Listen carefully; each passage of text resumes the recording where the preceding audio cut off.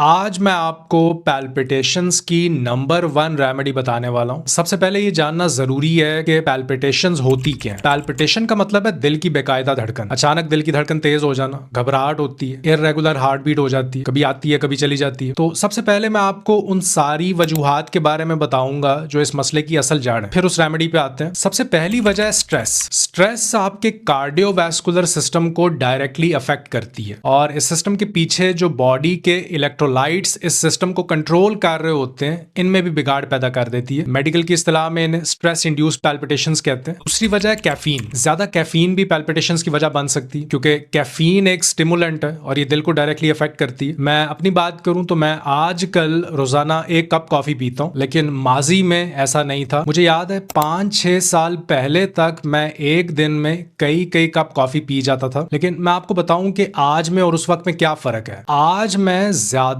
सेहतमंद हूं और इस मौके पे मैं एक छोटी सी बात आपसे जरूर कहना चाहूंगा। जिंदगी में एक बात सीख लेनी चाहिए कि दूसरों की गलतियों से सीखें। लेकिन मैंने यूनिवर्सिटी टाइम में ऐसा नहीं किया। मैंने खुद बहुत सी गलतियां की, तब जाके मैंने सीखा। तो आप ये गलती ना दोहराएं, अपनी सेहत खराब होने का इंतजार ना करें, उससे पहले ही रुक जाएं। अब नंबर 4 पे है ग्लूटन। ग्लूटन एक प्रोटीन है जो ग्रेन्स में पाई जाती है और ये वाहिद प्रोटीन है जो आपका जिस्म हजम ही नहीं कर सकता। तो जब ये हजम नहीं होती तो ये आपकी गट को अफेक्ट करती है और जब गट अफेक्ट होती है तो इसका असर आपके ब्रेन तक जाता है और दिल तक भी। फिर जैसा कि आप जानते हैं कि हमारे डाइजेस्टिव ऑर्गन्स हार्ट और लिवर के बिल्कुल करीब होते हैं। ये चेस्ट एरिया में एक दूसरे के साथ चिपके हुए होते हैं और जब लिवर के ऊपर फैट आना शुरू होता है यानी फैटी लिवर हो जाता है, तो इस फैट की वजह से लिवर इर्द गिर्द मौजूद ऑर्गन्स को प्रेस करना शुरू कर देता है। तो यहाँ इस जगह पे कंजेस्शन हो सकती है, एक तनाव पैदा हो जाता है जो फिर लॉन्ग टर्म में हार्ट को अफेक्ट कर सकता है। अगर आपके लिवर से गॉल ब्लैडर तक जो बाइल डक्ट्स जाती हैं वो दब जाएं, प्रेस हो जाएं, तो ये भी पैल्पिटेशंस की वजह बन सकती है।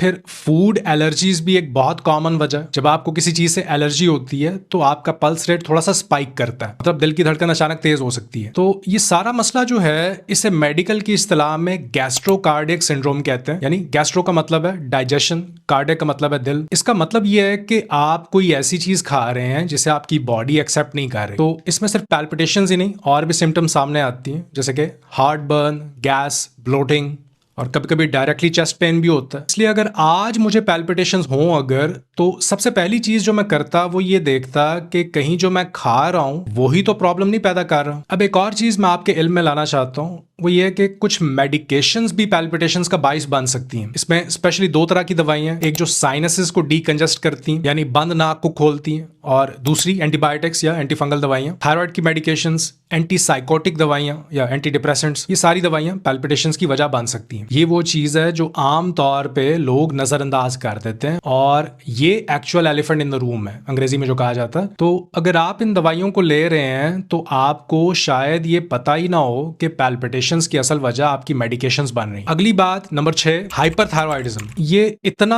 आम नहीं है, लेकिन जब थायराइड ज्यादा तेज काम कर रहा होता है यानी आप हाइपरथायरॉइड हैं, तो ये दिल की धड़कन को तेज कर देता है। इसमें पैल्पिटेशंस तो होंगी ही, लेकिन कभी कभी बहुत डेंजरस लेवल तक एरिथमियाज भी हो सकते हैं। अब आते हैं नंबर 7 पे, ओवर एक्सरसाइज। जी हाँ, अगर आप ज्यादा ट्रेनिंग कर रहे हैं लेकिन रिकवरी नहीं कर रहे, नींद पूरी नहीं ले रहे, तो ये भी दिल को अफेक्ट कर सकता है। अगर आप एक ऐसे शख्स हैं जो बस जिम में ही रहते हैं और आपको पैल्पिटेशंस होने लगती हैं अचानक, तो अपनी वर्कआउट रूटीन में थोड़ी एडजस्टमेंट करें और ये मसला आपका खुद ब खुद ठीक हो जाएगा। ओके, नंबर 8, ये वो पॉइंट है जिससे मैं सबसे ज्यादा कॉमन कहूंगा, मैग्नीशियम की कमी। अगर किसी शख्स को एरिथमियाज या पैल्पिटेशंस होती हैं तो सबसे ज्यादा चांस इसका होता है। और दूसरे नंबर पे मैं पोटासियम रखूंगा। 66% लोगों में मैग्नीशियम की कमी पाई गई है। क्यों? क्योंकि जितना मैग्नीशियम हमें मिलता है वो असल में प्लांट्स, सब्जियों के पत्तों और सैलेड से आता है। लेकिन आज का एक आम इंसान पूरी दुनिया में औसतन आधी प्लेट से भी कम सब्जियां रोज खाता है, जबकि आपको रोजाना एक बड़ा बोल सैलेड का चाहिए होता है। तो पॉइंट ये है कि शायद आपको कोई बड़ी हेल्थ प्रॉब्लम नहीं है, सिर्फ ये हो सकता है कि आप अपनी डाइट से मैग्नीशियम पूरा ही नहीं कर पा रहे। और मैग्नीशियम कहाँ होता है? मैग्नीशियम क्लोरोफिल में होता है। क्लोरोफिल पौधों में होता है, इसे प्लांट ब्लड भी कहा जाता है। पौधों का सब्ज रंग क्लोरोफिल की वजह से ही होता है। तो क्लोरोफिल के सेंटर में मैग्नीशियम होता है। क्लोरोफिल का जो केमिकल स्ट्रक्चर है ये हमारे ब्लड से मिमिक करता है, सिर्फ एक छोटा सा केमिकल डिफरेंस होता है। हमारे ब्लड में जो सेंटर में मिनरल क्लोरोफिल होता है वो है आयरन जो खून को लाल बनाता है, लेकिन क्लोरोफिल में सेंटर में होता है मैग्नीशियम, इसलिए प्लांट्स हरे रंग के होते हैं। और आप ये भी जान लीजिए कि जब आप रिफाइंड फूड्स खाते हैं या रिफाइंड शुगर, तो आप वो चीजें खा रहे होते हैं जिनमें मैग्नीशियम ना के बराबर होता है। अब अगर आपने कभी ब्लड टेस्ट करवाया है और उसमें मैग्नीशियम नॉर्मल आया, तो याद रखें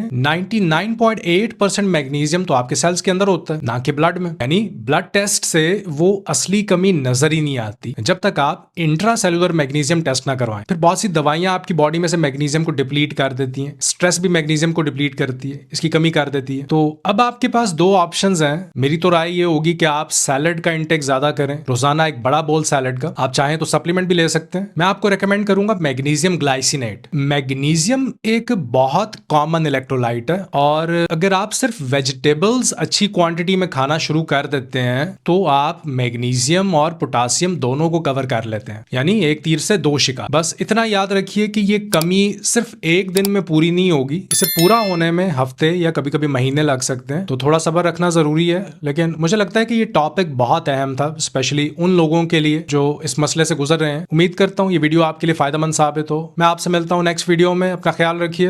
अल्लाह हाफिज।